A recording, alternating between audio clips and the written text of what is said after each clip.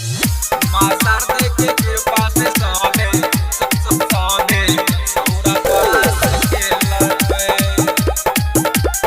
छौरा पास के लगे। 10-20 छौरा मिलके पन डाल सजे लगे, 10-20 छौरा मिलके पन डाल सजे लगे।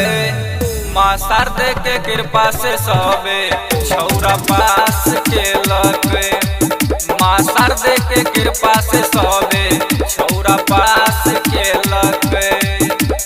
10-20 छौरा मिलके पन डाल सजे लगे, माँ शारदे के कृपा से सबे छौरा पास के लगे, माँ शारदे के कृपा से सबे छौरा पास के लगे।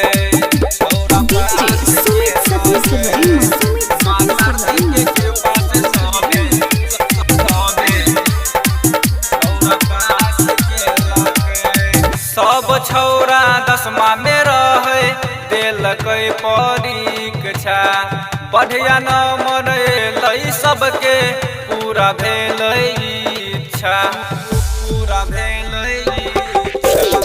सब छौरा 10मा में रहे देलकै परीक्षा, बढ़िया नंबर अयलै सबके पूरा भेलै इच्छा। ओही में से एगो जिला टॉप केलकै, ओही में से एगो जिला टॉप केलकै। माँ शारदे के कृपा से सबे छौरा पास केलकै, माँ शारदे के कृपा से सबे छौरा पास केलकै। छौरा पास केलकै, माँ शारदे के कृपा से सबे सबे छौरा पास केलकै। बुनिया और सेब मिला शादी बनेलकै, पूजा के बाद सब लोग में और शादी बांटलकै, और शादी बांटलकै। बुनिया और सेब मिला कर शादी बनेलकै, पूजा के बाद सब लोग में और शादी बांटलकै। राहुल राज नंबर 364 लेलकै, एनके निराला जी 10मा में 325 लेलकै।